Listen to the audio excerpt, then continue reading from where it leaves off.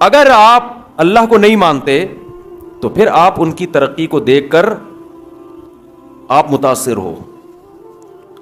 نبی صلی اللہ علیہ وسلم کے پاس حضرت عمر رضی اللہ تعالی عنہ آئے.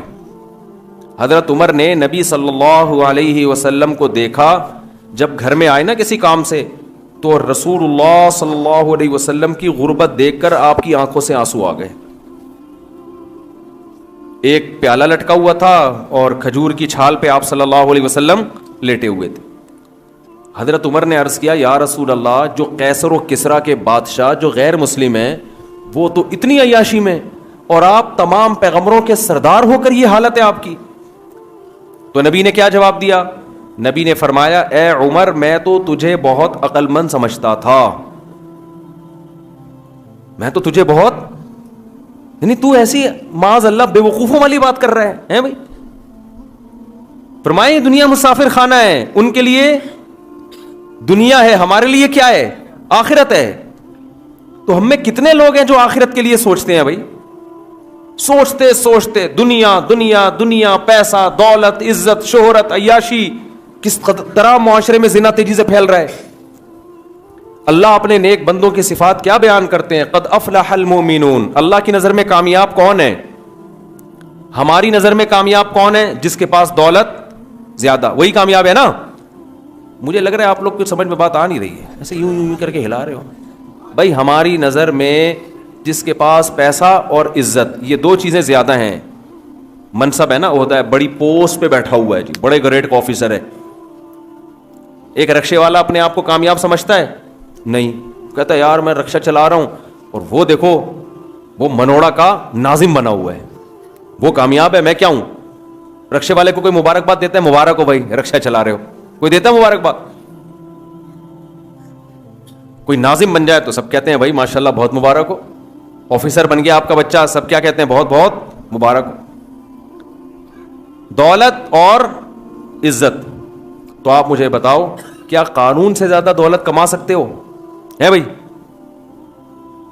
قرآن کہتا ہے قارون جو تھا نا, اس کے پاس اتنی دولت تھی کہ اس کے خزانوں کی چابیاں جانور لاد کے چلا کرتے تھے.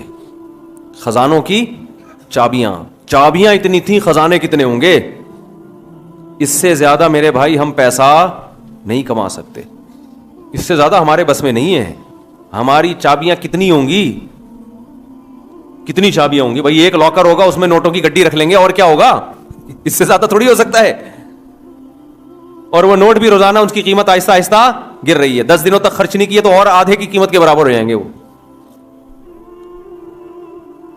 تو موسیٰ علیہ السلام نے قارون سے کیا کہا؟ اے قارون, تجھے اللہ نے بہت دولت دی ہے, تو یہ اللہ نے دی ہے, یہ تیرا اپنا کمال نہیں ہے. اب تو نے کیا کرنا ہے؟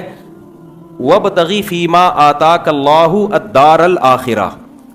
حضرت موسیٰ علیہ السلام نا قارون کو سمجھا رہے ہیں. قارون حضرت موسیٰ کی قوم میں سے ہی تھا. تو حضرت موسیٰ علیہ السلام قارون کو کیا سمجھا رہے ہیں کہ دیکھ تجھے اللہ نے اتنی دولت دی ہے, تو یہ نہ سمجھ کہ تو ہمیشہ زندہ رہے گا, ایک دن تو نے مر جانا ہے یہاں سے. تو جیسے انسان کو جب پیسہ ملتا ہے نا, کل کے لیے بچاتا ہے کہ نہیں بچاتا؟ بینکوں پہ لکھا ہوتا ہے نا پیسہ بچائیے کل کام آئے گا, لکھا ہوتا ہے نا. تو قارون سے موسیٰ علیہ السلام کے پاس تو پیسہ تھا ہی نہیں, غریب مسکین. مجھے یہ بتاؤ مقام کس کا بلند تھا, قارون کا یا موسیٰ کا؟ حالانکہ پیسہ بالکل بھی نہیں تھا, کیونکہ اللہ راضی تھا موسیٰ علیہ السلام سے.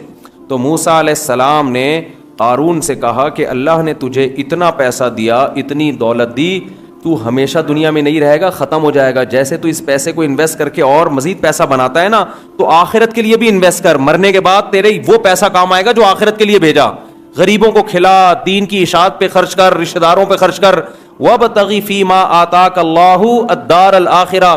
جو دولت اللہ نے تجھے دی ہے اس سے آخرت کی بھی فکر کر.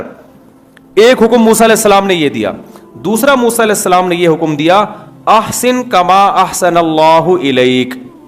اللہ نے تیرے ساتھ اچھا سلوک کیا نا, دوسرے غریب ہیں, اللہ نے تجھے بہت زیادہ پیسہ دے دیا, تو اب تو بھی مخلوق کے ساتھ اچھا سلوک کر,